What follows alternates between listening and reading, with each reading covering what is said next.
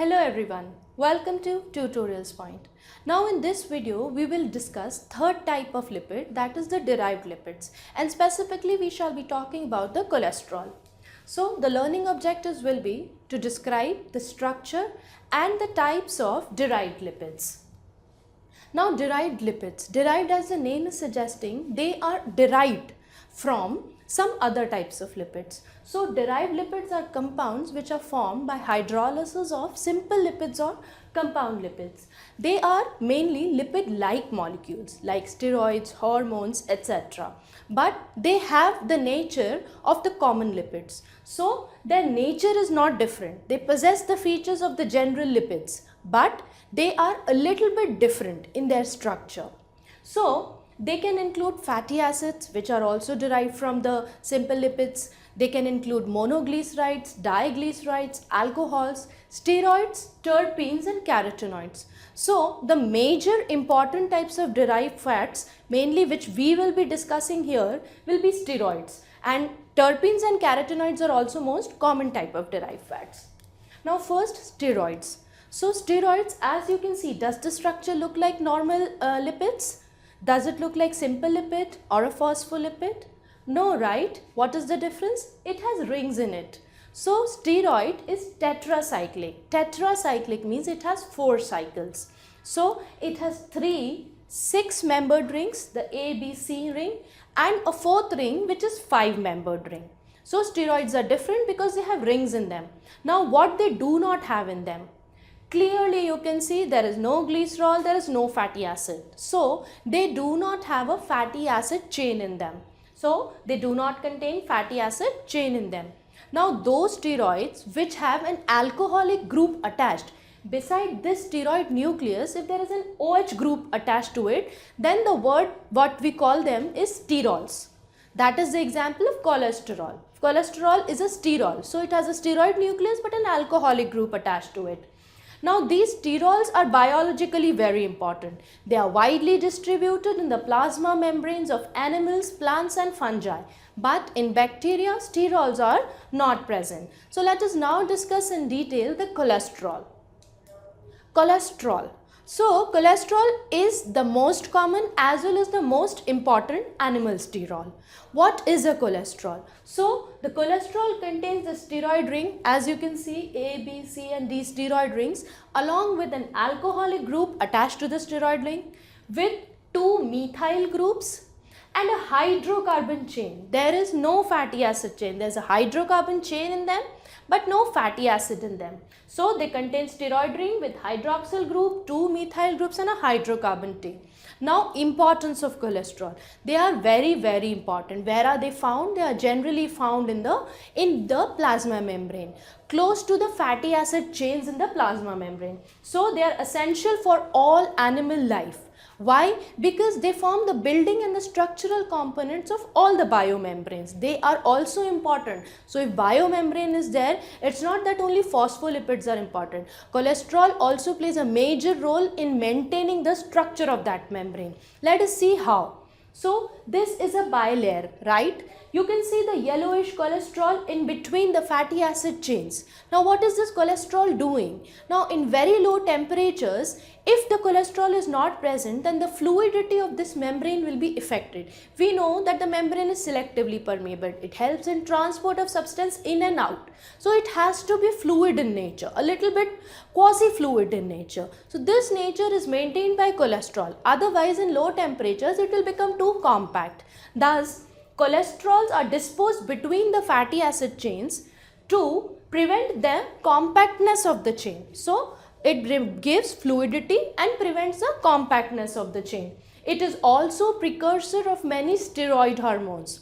Most of the hormones are steroid in nature, like cortisol, testosterone, estrogen, bile salts. All of these are steroid in nature. And what is the precursor to them? The cholesterol. Cholesterol also helps very importantly in intracellular signaling.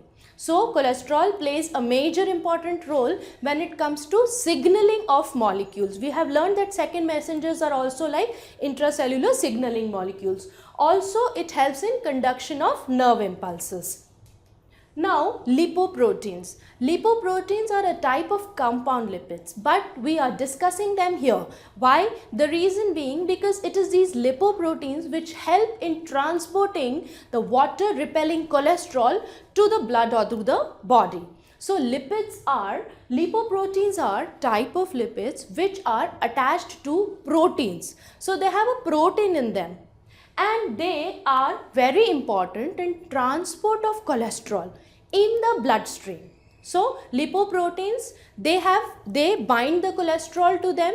The proteinaceous part is attached to the cholesterol, and that is how the hydrophobic nature of cholesterol is reduced a little and it is transported in the blood. Now the degree of lipid present inside the lipoprotein is based on the density of that lipoprotein. So if density is high, which means that it has more protein and less lipid. If density is low, it means it has more lipid and less protein. Now what do we need more? We need protein more and a lipid less. Why? Because the lipids have a tendency to deposit in our body. That is the reason, on the basis of their density, they have been classified as chylomicrons.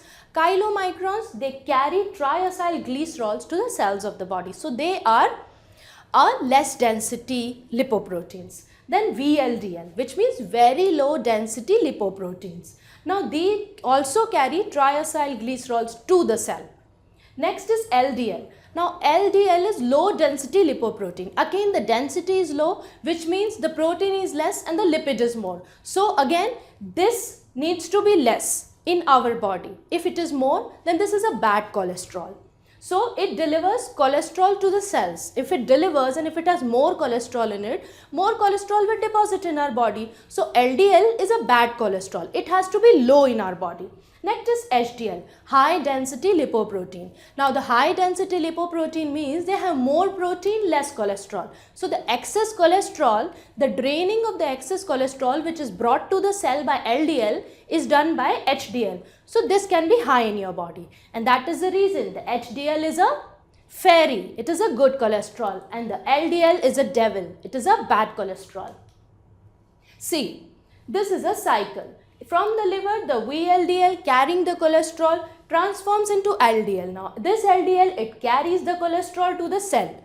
In the cell, if cholesterol is more and if HDL is less, it will get deposited.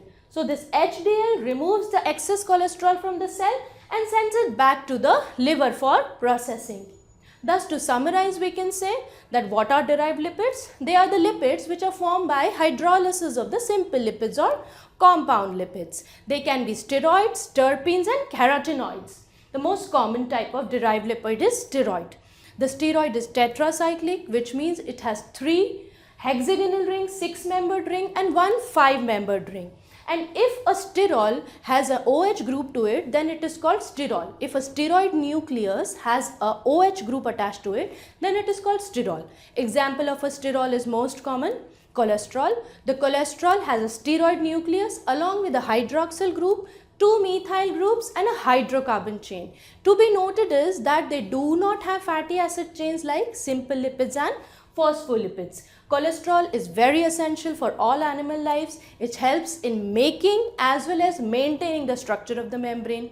It is also a precursor to steroid hormones like cortisol, estrogen, testosterone, etc. And lipoprotein is the type of lipid, it is a type of compound lipid which is attached to protein, and it helps in transport of hydrophobic cholesterol to the bloodstream. Lipoproteins can be divided on the basis of their density as chylomicrons, VLDLs, LDLs and HDLs. LDL is the bad cholesterol, HDL is the good cholesterol. So we need to have more HDL and less LDL to keep the heart healthy. So this was all about cholesterol. In next video, we will discuss the overall functions of lipid for the living organisms. Till then, thank you very much. TutorialsPoint.com. Simply easy learning.